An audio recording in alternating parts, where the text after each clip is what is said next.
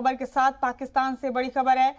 पाकिस्तान के सिंध सूबे के बावन नगर में ब्लास्ट की खबर है और अभी तक इस ब्लास्ट में 3 लोगों के मारे जाने की खबर है। 40 अफराद जख्मी हो गए इस धमाके में। जिस वक्त ये ब्लास्ट हुआ उस वक्त शिया तबके के लोग जुलूस निकाल रहे थे मुहर्रम पर।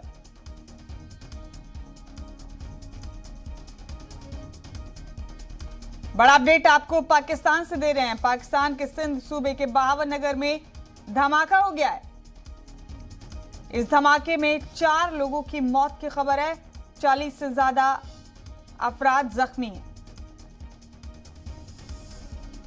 इस वक्त का बड़ा अपडेट दे रहे हैं आपको पाकिस्तान से। जिस वक्त ब्लास्ट हुआ उस वक्त शिया तबके के लोग जुलूस निकाल रहे थे मुहर्रम पर। पाकिस्तान के सिंध सूबे के 52 नगर में ब्लास्ट हुआ है।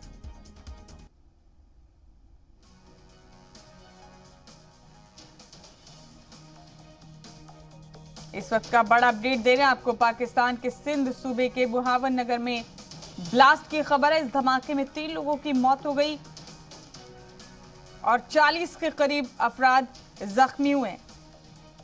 आपको बता दें कि जिस वक्त ये ब्लास्ट हुआ उस वक्त शिया तबके के लोग मुहर्रम पर जुलूस निकाल रहे थे। इस वक्त का बड़ा अपडेट आपको पाकिस्तान से दे रहे हैं। पाकिस्तान के हवाले से बड़ी खबर, धमाके की खबर है सिंध सूबे के 52 नगर में।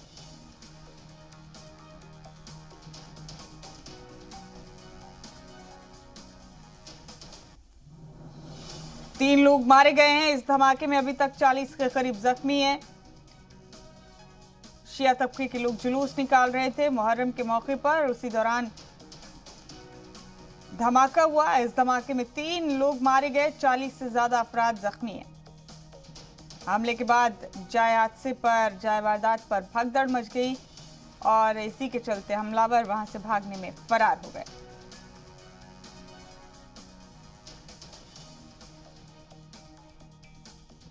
इस वक्त का बड़ा अपडेट आपको दे रहे हैं। आपको बता दें कि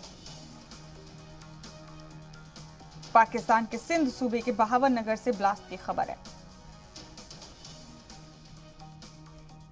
माहिरीन का मानना है कि ये तालिबान के अफगानिस्तान पर कब्जे के बाद के रुझान है एक तरह से। हालांकि पाकिस्तान एक इस्लामिक मुल्क है लेकिन वहां पर शिया, अहमदी, कादियानी मुसलमान हमेशा से शिद्दत पसंदों के निशाने पर रहे।